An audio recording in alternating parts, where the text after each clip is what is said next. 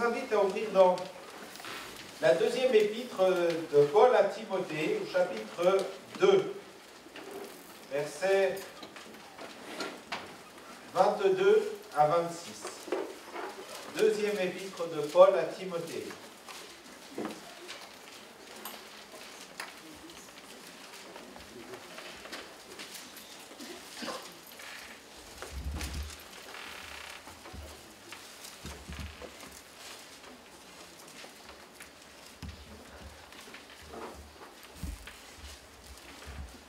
Fuis les passions de la jeunesse et recherche la justice, la foi, l'amour, la paix avec ceux qui invoquent le Seigneur d'un cœur pur. Repousse les discussions folles et inutiles, sachant qu'elles font naître des querelles. Or, il ne faut pas qu'un serviteur du Seigneur ait des querelles.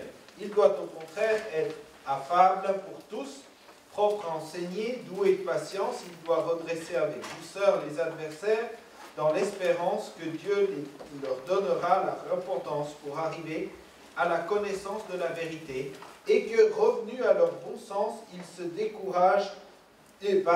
dégageront des pièges du diable qui s'est emparé d'eux pour les soumettre à sa volonté.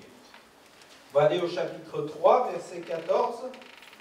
Toi, demeure dans les choses que tu as apprises et reconnues certaines, sachant de qui tu les as apprises. Dès ton offense, tu connais les saintes lettres qui peuvent te rendre sage à salut par la foi en Jésus-Christ.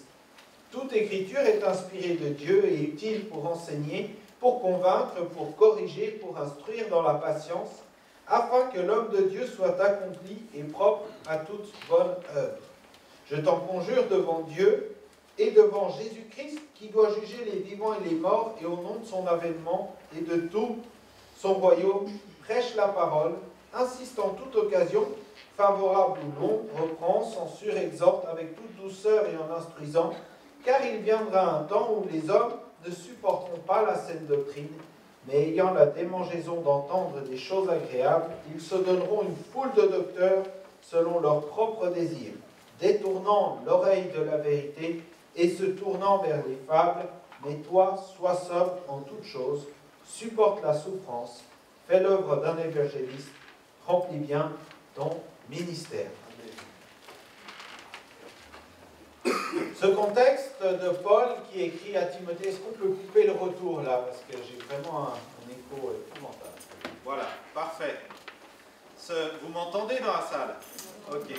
Non? Vous avez eu un? Alors, voilà.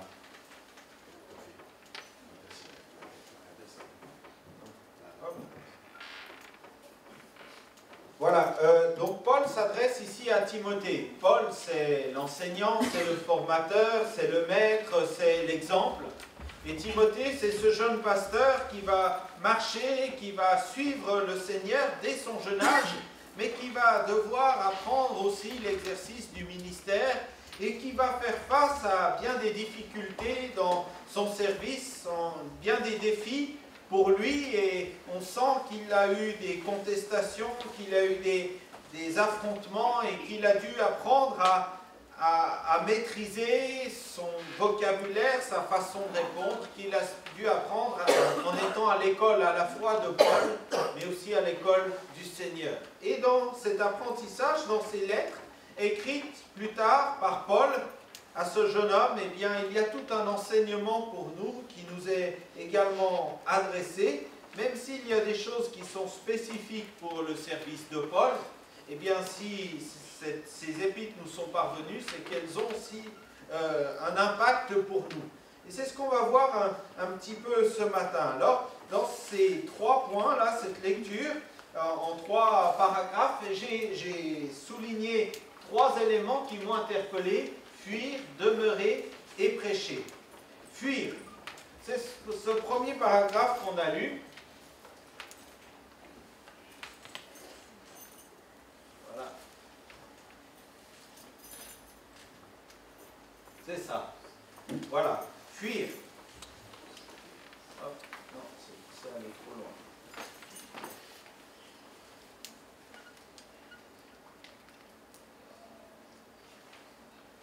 Voilà. Ok. Excusez-moi. fuir.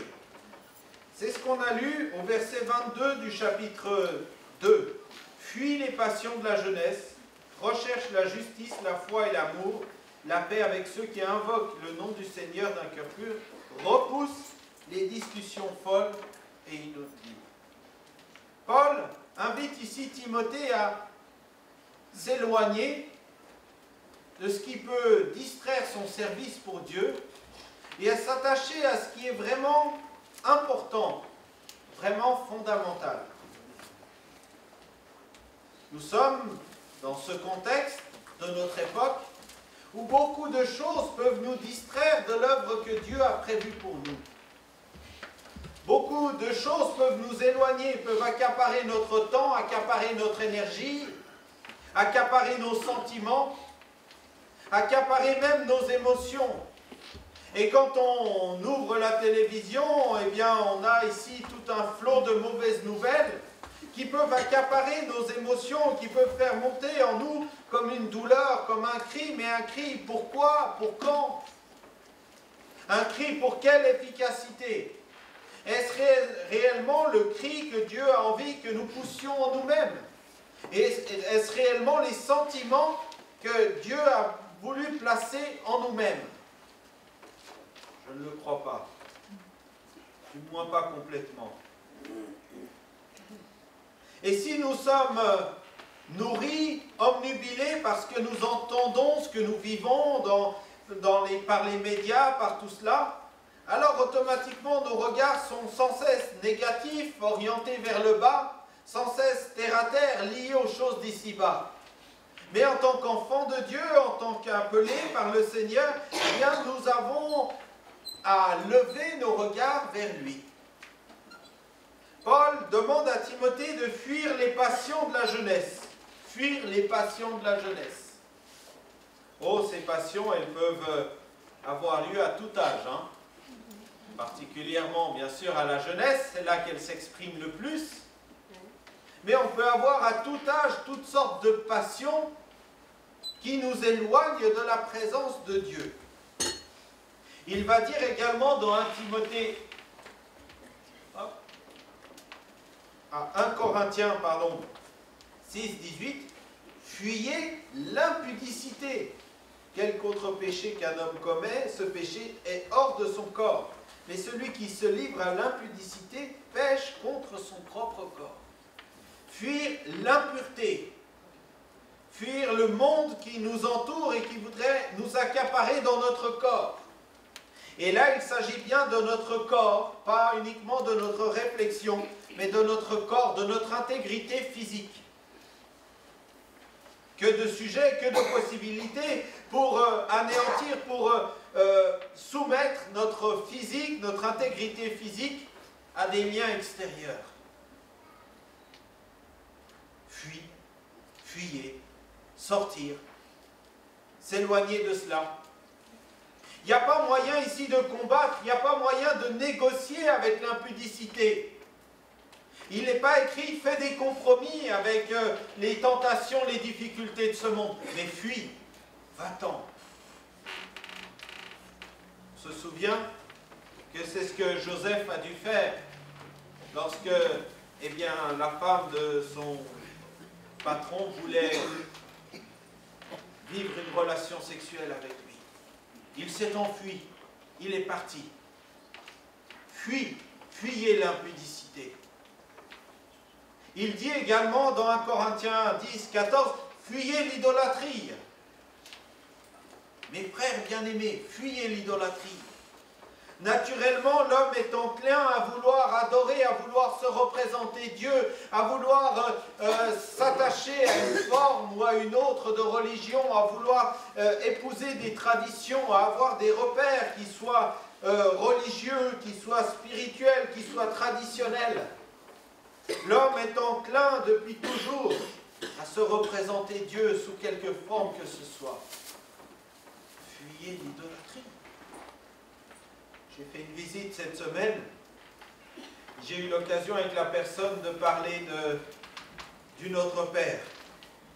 Et Jésus enseigne au préalable qu'il ne faut pas être comme les hypocrites à prier debout pour être vu des hommes. parce que ceux-ci ont leur récompense. Pour eux, leur idole, leur bien, ce qui fait la motivation de leur prière, c'est être vu des autres. C'est être vu des autres, c'est chercher une place, c'est chercher un assentiment, c'est chercher une responsabilité. Fuyez, fuis cela. Et Jésus, d'ailleurs, dans la suite, explique comment fuir. Entre dans ta chambre, ferme ta porte, et ton Père qui est là et qui voit dans le secret, eh bien répondra à ta prière. Fuir, se réfugier. Et dans notre chambre, quand on est tout seul à prier, on n'a rien à prouver à personne. Hein. On est face à nous-mêmes, face au Seigneur, et là on peut lui ouvrir notre cœur. La simplicité de ce lieu, de l'intimité avec le Maître, voilà ce qu'il y a de précieux. Fuir l'idolâtrie, fuir un contexte. Et puis encore un passage, eh bien, car l'amour de l'argent est racine de tous les maux, verset 11, pour toi, homme de Dieu, fuis ces choses, et recherche la justice, la piété, la foi, la charité, la patience, la douceur. Fuir l'amour de l'argent. Ne négocie pas, fuir. Et c'est surprenant ce terme que Paul utilise là pour ce jeune serviteur. On pourrait se dire, ce gars est pasteur, il exerce son ministère, pour lui les combats et les luttes c'est derrière. Hein.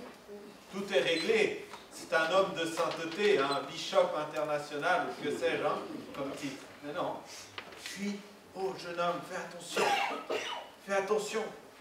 Le péché se couchera à ta porte, mais toi domine sur lui.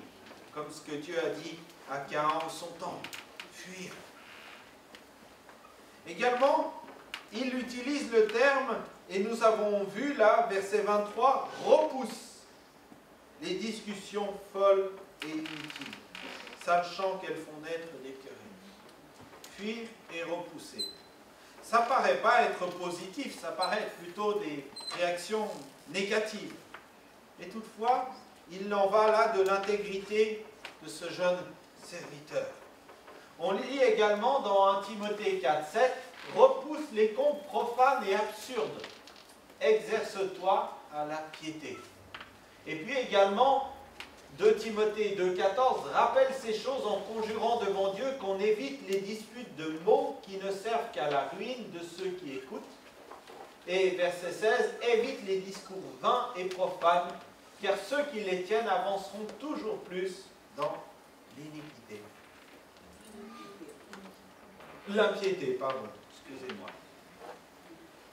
La semaine dernière, nous étions avec un petit stand là en ville, à Genève, pour donner des Bibles. Nous avons pu, dans ce service Pâques, eh bien, offrir plus de 70 Bibles en différentes langues. Mais nous en avons eu des conversations. Et nous en avons eu des discuteurs, avec qui nous serions encore en train de discuter si on avait voulu.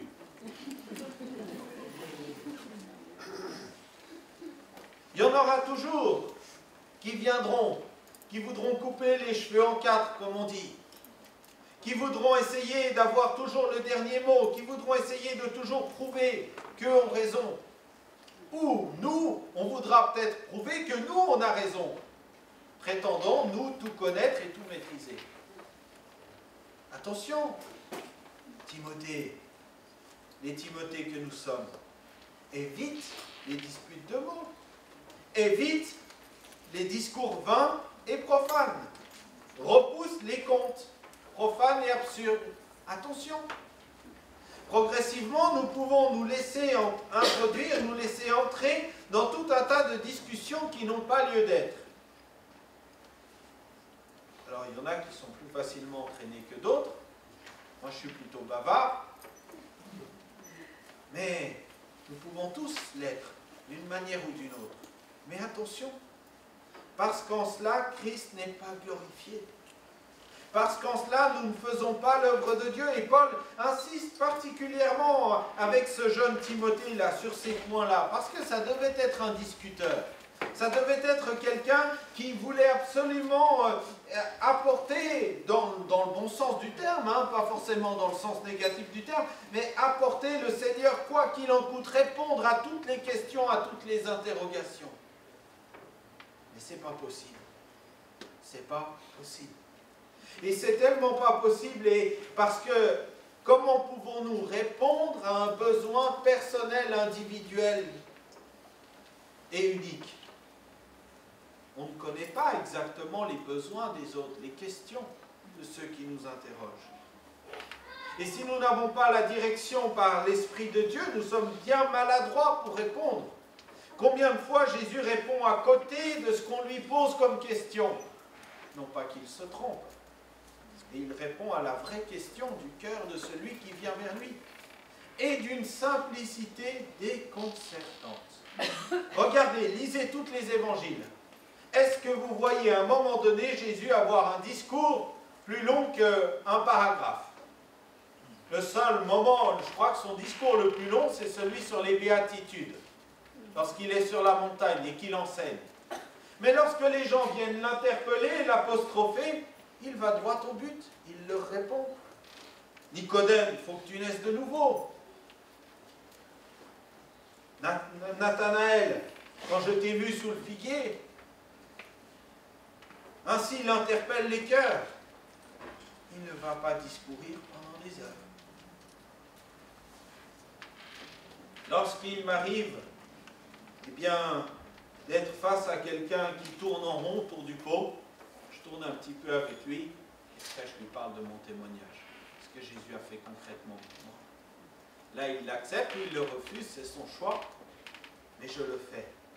Et lorsque j'explique ce que Jésus fait concrètement pour moi, la bouche de celui qui m'entend, eh bien, elle est close. Il n'y a pas de débat, c'est un témoignage. Fuis, évite.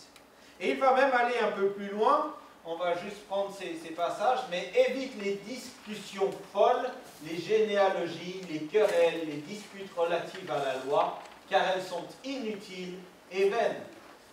1 Timothée 1,3 recommande à certaines personnes de ne pas enseigner d'autres doctrines et de ne pas s'attacher à des fables et à des généalogies sans fin qui produisent des discussions plutôt qu'elles n'avancent l'œuvre de Dieu dans la foi. Généalogie, loi, tradition, tu dois pas, est-ce qu'on doit faire le sabbat ou pas, est-ce qu'on doit faire ci, est-ce qu'on doit faire ça, est-ce qu'on doit... Oh là là, mais on n'avance pas là, on n'avance pas, et moi j'ai cet avis, et moi j'ai cet autre avis. Et là on s'en sort plus, et Christ n'est pas glorifié, ça provoque la dispute, la discorde, la haine. Mais non, fuyons ces choses. Et puis, un dernier passage concernant cela, si quelqu'un enseigne des fausses doctrines, il est enflé d'orgueil, il ne sait rien, et il a la maladie des questions oiseuses et des disputes de mots, d'où naissent l'envie, les querelles, les calomnies, les mauvais soupçons, les vains discours d'hommes corrompus d'entendement, privés de la vérité et croyant que la piété est une source de gain. La maladie des questions oiseuses, des questions comme ça, sans sens, sans profondeur, des questions pour discuter. Fuyez cela. Le deuxième élément que Paul souligne dans ce paragraphe, au chapitre 3, verset 14, il lui dit, maintenant que tu as fui, eh bien, demeure dans les choses que tu as apprises et reconnues certaines, sachant de qui tu les as apprises dès ton enfance, tu connais les saintes lettres qui peuvent te rendre sage à salut par la foi en Jésus-Christ. Toute écriture est inspirée de Dieu et utile pour enseigner, pour convaincre, pour corriger, pour instruire dans la justice, afin que l'homme de Dieu soit accompli et propre à toute bonne œuvre. Demeure dans l'écriture. Maintenant que tu as fui, maintenant que tu es sorti, maintenant que tu as compris que le vrai débat, c'est de demeurer avec Jésus, eh bien, demeure dans l'écriture.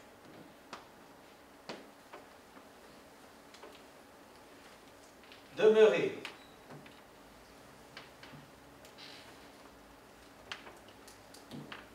Retiens dans la foi 2 Timothée et quelques autres passages qui vont dans ce sens. 2 Timothée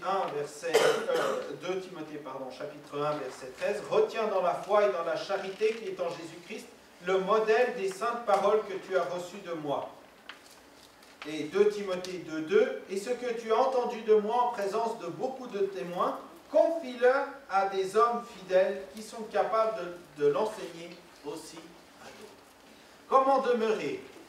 Eh bien, il y a les réponses dans ces deux versets. La première façon et la première motivation pour demeurer, eh bien, c'est de retenir dans la foi, de conserver, d'entretenir, de se souvenir, de se remémorer, d'exprimer à nouveau. On dit que pour enseigner, il faut sans cesse reformuler. Dire la même chose, mais d'une autre façon. Et le plan du salut, la vérité qui se trouve en Jésus, a été annoncé de la Genèse à l'Apocalypse, de différentes manières, en différents temps, en différentes circonstances, mais toujours le même message, le plan d'amour du Père pour le monde, qui a envoyé son Fils pour que cette humanité puisse être sauvée. Un seul et même message, reformulé, enseigné. Retiens dans la foi, entretiens dans ta foi. On se souvient que Marie, notamment, gardait toutes les choses, toutes les promesses concernant Jésus dans son cœur. Et que lorsque les circonstances douloureuses pouvaient arriver, eh bien, elle se souvenait de cela. On se souvient combien il fallait également conserver les tables de la loi dans l'arche de l'Alliance. Et quand le problème arrivait, on montait l'arche de l'Alliance, non pas uniquement la caisse, mais surtout ce qu'elle représentait, la loi de Dieu, l'alliance avec Dieu. Retenir, entretenir, dans la charité ou dans l'amour qui est en Jésus-Christ, le modèle des saintes paroles que tu as reçues de moi. Nous avons sous nos yeux beaucoup de modèles, d'hommes et de femmes qui ont su retenir. Imitons-les, cherchons là-dedans de quoi nourrir et entretenir notre foi. Et ce que tu as entendu de moi, eh bien maintenant, confie-le, transmets-le, pour qu'à la suite, d'autres puissent prendre le relais de cela et être eux-mêmes des exemples, des modèles, des références. Demeurer dans l'Écriture, c'est recevoir et donner, transmettre. Et lorsque nous donnons, nous recevons encore et plus et davantage. Et le Seigneur fortifie nous-mêmes et l'Église. Retenir, confier. Voilà ce qui est demandé par Paul à Timothée. Alors il ne lui demande pas de retenir et de confier n'importe quoi, mais il lui parle de l'écriture inspirée. C'est ce qu'on a lu eh bien, au verset 16. Toute écriture est inspirée de Dieu et utile pour enseigner, pour convaincre, pour corriger, pour instruire dans la justice, afin que l'homme de Dieu soit accompli et propre à toute bonne œuvre. Toute l'écriture. Ici, le terme pour l'écriture, c'est graphe, c'est-à-dire c'est l'ensemble du livre, des livres, et c'est chaque élément. Inspiré, le terme en grec, c'est théonestos, qui signifie insufflé par Dieu. Théo, c'est Dieu, et puis neustos, c'est le souffle divin, l'insufflation, l'Esprit Saint, et donc inspiré par Dieu, insufflé par Dieu. Et on dit de la Bible qu'elle est inspirée d'une manière plénière et d'une manière verbale. C'est-à-dire que c'est le message à la fois complètement inspiré de Dieu et également mot à mot inspiré par Dieu. Et lorsqu'on se met à étudier la Bible avec un peu plus de précision, on découvre la valeur de chaque mot. La valeur de ce que Dieu a placé là, dans chaque mot. Rien n'est le fruit du hasard, rien n'est le fruit de l'imagination d'un auteur ou d'un autre. Tout a été conduit, inspiré, dirigé par la main de Dieu. Et c'est pour cela que Paul peut dire avec assurance, toute écriture est inspirée de Dieu, pour enseigner, pour convaincre, pour diriger. La suite, ce qu'ont écrit les hommes, suite à leur expression, leur étude de la parole de Dieu, ça, c'est plus ou moins inspiré. Mais on ne peut pas dire c'est parole de Dieu. Par contre, ce qui est dit dans la Bible, le message, lui, il est entièrement et pleinement inspiré de Dieu. Et même les traducteurs, on a différentes traductions, en français on a une richesse, merci Seigneur, parce que les traducteurs ont essayé de traduire du mieux qu'ils ont pu. Mais tout n'est pas parfait. C'est pour ça que c'est bien aussi d'avoir différentes versions de la Bible, pour voir les autres approches de la traduction. Mais ça n'enlève pas le fait que Dieu est derrière la parole, et que cette parole sert de valeur. Toute écriture. Donc, mon frère, ma soeur, demeure dans l'écriture. Demeure. Et on va voir combien l'écriture était inspirée par ces quelques passages. Acte 1,16, « Homme frère, il fallait que s'accomplisse ce que le Saint-Esprit dans l'écriture a annoncé d'avance par la bouche de David au sujet de Judas qui a été le guide de ceux qui ont saisi Jésus. » Annoncé d'avance dans les psaumes que Judas allait le livrer. Oh, ce n'était pas marqué « Judas va le livrer », mais c'est marqué « un des siens ». Un de ceux qui sont proches va le livrer. Et c'est arrivé selon ce que le Saint-Esprit dans l'Écriture a annoncé d'avance. Romains 15, verset 4. « Or, tout ce qui a été écrit d'avance l'a été pour notre instruction, afin que par la patience et par la consolation que donnent les Écritures, nous possédions l'espérance. » Tout a été écrit d'avance. Je ne sais pas vous, mais moi, quand je lis l'Apocalypse, je ne comprends pas grand-chose. Beaucoup de points d'interrogation, beaucoup de mystères. Et quand on est avec les ados, ils ont beaucoup de questions là-dessus. Alors je dis, voilà ce que je peux répondre avec assurance, voilà ce que je peux répondre avec hypothèse, et voilà ce à quoi je ne peux pas répondre. Parce que ça me dépasse. Mais pourquoi ça me dépasse? Parce que c'est simplement écrit d'avance, pour que le jour où ce soit accompli, on puisse dire « ça y est, c'est comme ça que ça devait se faire ». Dieu avait tout annoncé. Simplement, nos yeux sont empêchés de le voir avant que cela n'arrive. C'est le plan divin, c'est l'œuvre de Dieu. À lui appartiennent les mystères et aux hommes appartiennent les choses révélées que Dieu donne progressivement. Mais de toute manière, tout est écrit d'avance. C'est Dieu, il ne cache rien. Il a tout accompli. Et puis, Galates 3, verset 8, « Aussi l'Écriture, prévoyant que Dieu justifierait les païens par la foi, a d'avance annoncé cette bonne nouvelle à Abraham, « Toutes les nations seront bénies en toi. » Imaginez-vous, Abraham recevant cette parole à son époque, mais il n'a pas compris, il n'a pas réalisé la portée de ses propos. Pour lui, peut-être, il imaginait, déjà, c'était douloureux, il n'avait pas encore d'enfant.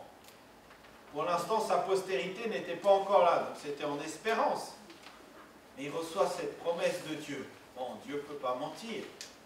Mais avait-il compris, avait-il réalisé que des siècles, même des millénaires plus tard, il serait encore le Père de tous ses croyants, dans le sens spirituel du terme?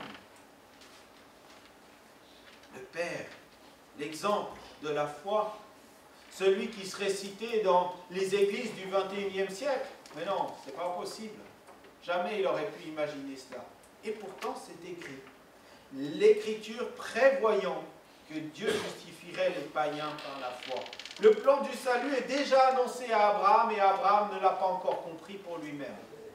Pourtant, lorsqu'il est arrivé, ça y est, tout est accompli. Demeurer dans l'Écriture, encore deux passages, eh bien, c'est pourquoi nous rendons continuellement grâce à Dieu qu'en recevant la parole de Dieu, nous vous avons fait entendre, que nous vous avons fait entendre, vous l'avez reçue, non comme la parole des hommes, mais ainsi qu'elle l'est véritablement, comme la parole de Dieu qui agit en vous. Que de discussions autour de la Bible. Ah, mais c'est faux, la version que vous avez, elle est fausse, qui l'a écrite, comment ça s'est fait? Est-ce que tous les évangiles qui sont dedans sont authentiques? Pourquoi ceux-ci n'y sont pas? Que de discussions, de philosophie, et vous pouvez réfléchir longtemps et discuter longtemps. Et c'est sûr que si nous recevons la parole de Dieu comme venant des hommes, alors elle ne peut pas atteindre notre cœur.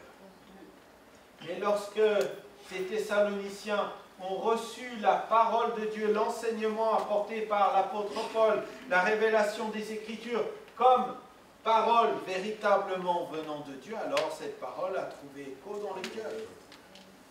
Et moi, je réponds simplement aux protagonistes de ceux qui voudraient s'opposer à la vérité du message biblique. Je dis, mais lisez les évangiles, non pas pour trouver le moyen de discuter, mais lisez les évangiles pour rencontrer quelqu'un, Jésus-Christ.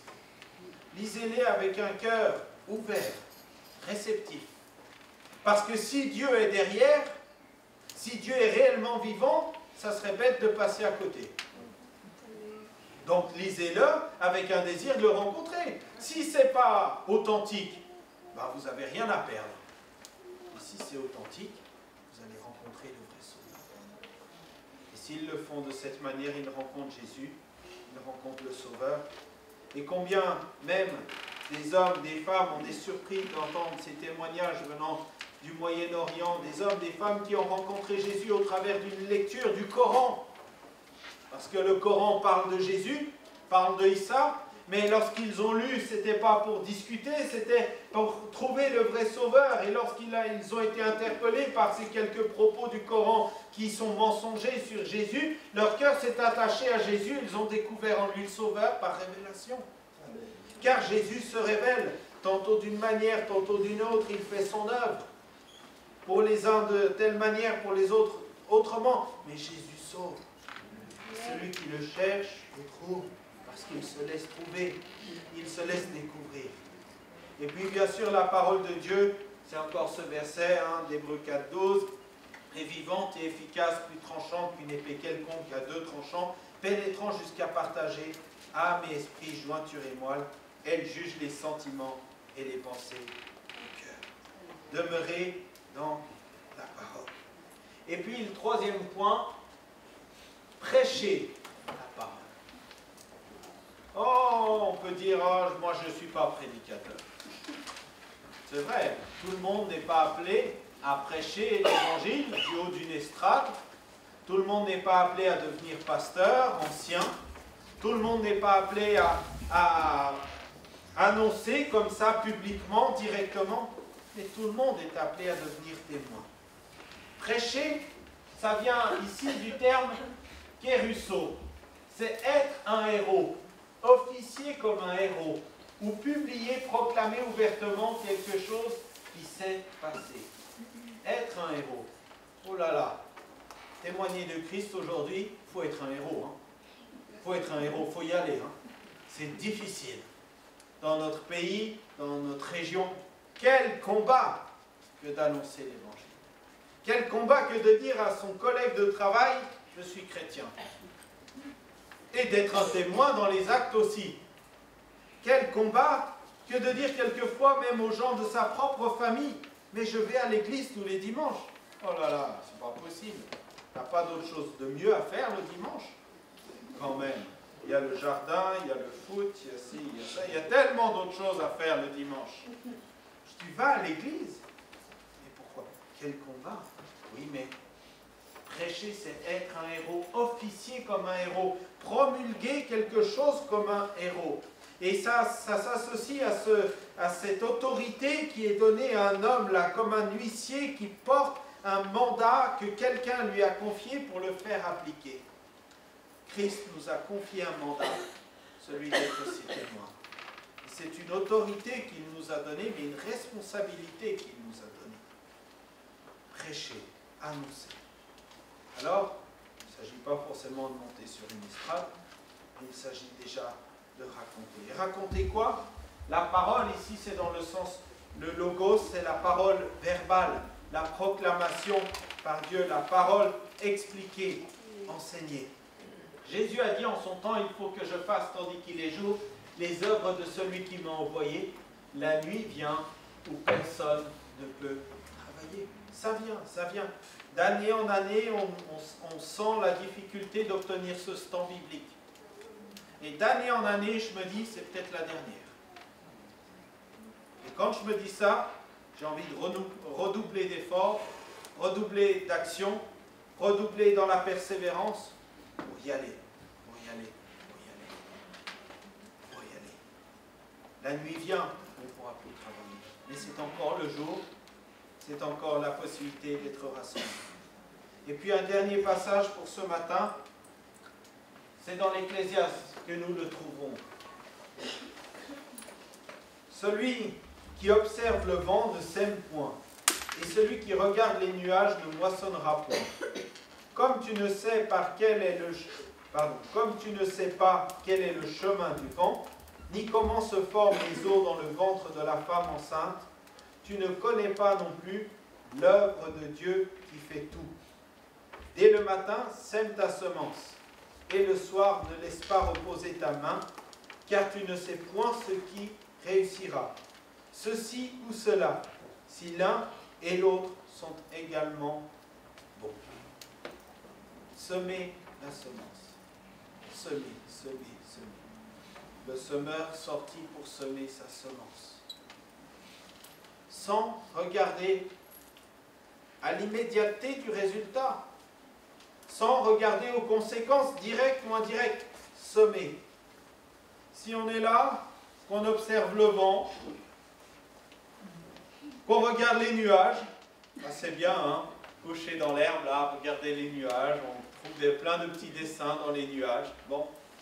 Mais si on reste ainsi à regarder l'œuvre de Dieu se faire chez les autres, regarder l'Église avancer, regarder les autres témoigner, regarder les autres avancer avec le Seigneur, et nous qu'on reste là, on ne peut pas porter de fruits. On ne peut pas porter de fruits. Mais si dès le matin, on sème un petit peu de semences, et le soir, on ne laisse pas reposer sa main, on continue de le faire, alors le fruit sera porté. Le fruit sera porté. Si dès le matin, on commence de prier, de dire « Seigneur, donne-moi aujourd'hui l'occasion de témoigner », je vous assure qu'il va le faire. Hein. Il vous donnera l'occasion dans la journée. Il faudra la saisir. Mais... Et puis que le soir, on dit « Seigneur, voilà, j'ai dit quelques mots, maladroitement, j'ai fait des erreurs, mais je te confie cela, que cela puisse porter du fruit dans le cœur de celui qui a entendu.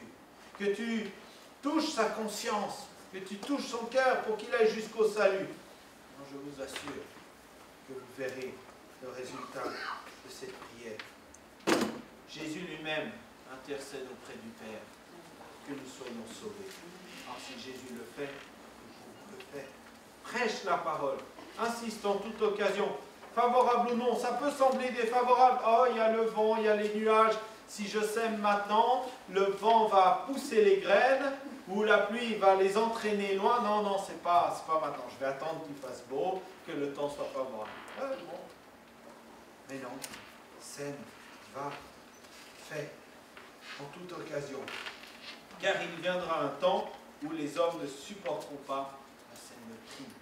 Paul dit exactement à Timothée la même chose que ce que Jésus a dit. La nuit vient où personne ne peut travailler.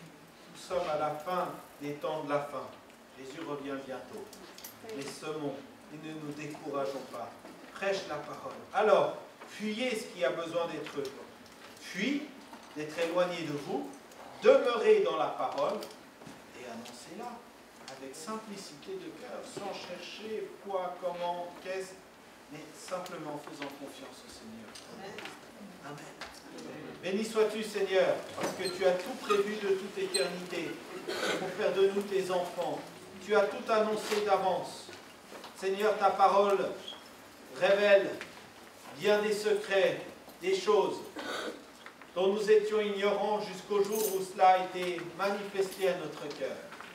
Et je veux te remercier de ce qu'il y a encore beaucoup de choses que j'ignore de ta parole, qui me prouvent que toi tu es Dieu et que moi je ne suis qu'un homme.